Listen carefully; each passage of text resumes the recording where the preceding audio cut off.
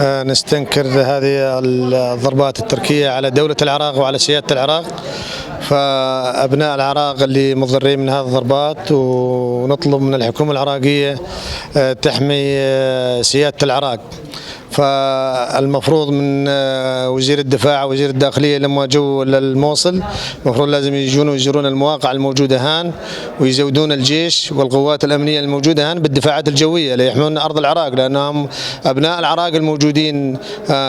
ولا موجود حزب العمال موجود بغنديل عند تركيا، فهذه حجج واهية لأردوغان قزح حتى ليبيا هم بها كراد. فهذا المطلوب من الحكومة العراقية أنه تحمى سيادة العراق. فنطلب من الحكومة العراقية تزويد قواتنا الجيش والشرطة والحشد الموجود وحدات مقاومة سنجار بالدفاعات الجوية لنحمي منطقتنا. والمضرين والقصف على أبناء المكون اليزيدية كفاهم من التهجير والسبي، وآخر شيء بعد ما حققوا الأمن من مناطقهم بعد ما قدموا آلاف الضحايا، النتيجة الساعة تركيا تيجي تقصف. والدواعش اللي كانت تركيا جابتها من العراق هان حولتهم الحين بالليبيا وموجودين على الفيديوهات وموجودين على التلفزيون.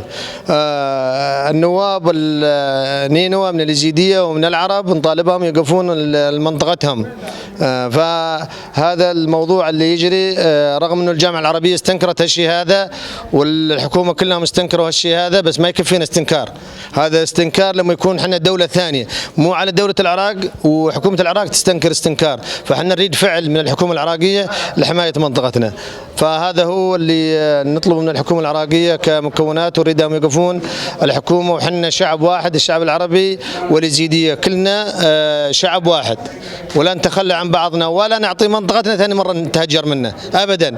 ما نسمح لمنطقتنا ولا راح نتهجر منها ثاني مرة، نحماه مثل ما حررناه من داعش. فهذا هو المطلوب من الحكومة، أن تقف معانا بجد وتوقف تركيا عند حده. شكرا. أبو ماهر ظاهر. احنا نستنكر الأمر هذا، الاستنكار هذا العراق، واللي الضربات هذه مو ضربات انه الضربات هذه على الدولة، يعني أجمعين الدولة، أول أبشة أول كراد أول يزيدية أو يعني، واحنا نشرع على الكبار هم اللي يجون يساعدونا.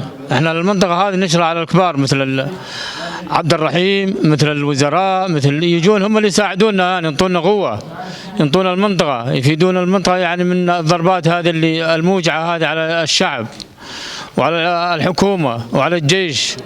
يعني ما نقبل هذا الأمر، هذا ما يصير الأمر هذا. لازم تجينا قوة تعاوننا، لازم قوة تجي تشوف الأمر، تشوف شلون البدء الأمر صار.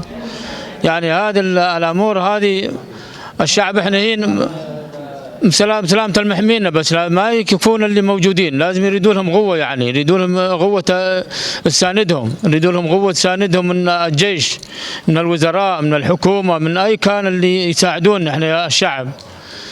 واحنا ظالين هين الحمد لله محمية المنطقة، بس انه مثل الضربة هذه استنكار على المنطقة. يعني الضربة هذه موجعة، هذه الضربة هذه بس مو على جهة واحدة، على الحكومة أجمعين، على الحكومة، على الجيش وعلى الشرطة وعلى اليزيدية وعلى العرب، يعني على الكل. هذه الضربة هذه مو على جهة واحدة، ولا نقبل الجهة هذه يعني تنضرب هذه منطقتنا. احنا الحمد لله ما عندنا كل شيء. نحن هم داعش، اذا داعش هم يجيبون هم يودون، احنا ما لنا استكار به. واحنا نشرع على الحكومة ان يساعدونا بأي شيء إن يقدرون عليه، يساعدونا، يعني نطلب منهم مساعدة من الكبار، يساعدونا، ينطون مثل قوة، مثل ينطون أي شيء إن كان، يعني يجيبونا. حكومتنا هي الموجودة وهي اللي تعنى، وبسلامة اللي يحمون الجهة الموجودة.